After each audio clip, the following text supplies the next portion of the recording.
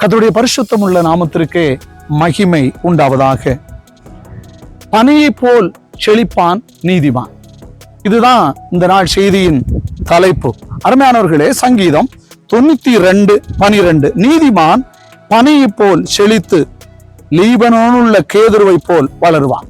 அன்பு தேவனுடைய பிள்ளைகளே, நாங்க தங்கி இருக்கிறதான இந்த பாரின் தேசத்துல நம்ம ஊர்ல தென்னை மரம் போல் செழிப்பாக இந்த தேசத்துல காணப்படுவது இந்த பேரத்திப்பழ மரம்.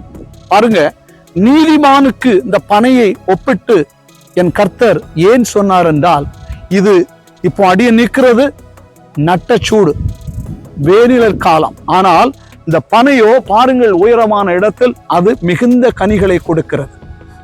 நம்முடைய வாழ்க்கையிலும் நீதியை நாம் காத்து கொண்டு நீதிமானாய் நடப்போமானால், இந்த பனை இந்த வெறி காலத்தில் கூட கனி கொடுப்பது போல நாமும் எல்லா காலங்களிலும் செழித்து வளரத்தக்கதாக நீதிமான் பனையை போல செழித்து வளருவான் என்ற வேத வசனங்களை கொண்டு கர்த்தர் உங்களை ஆசீர்வதிப்பாராக. ஆமென்.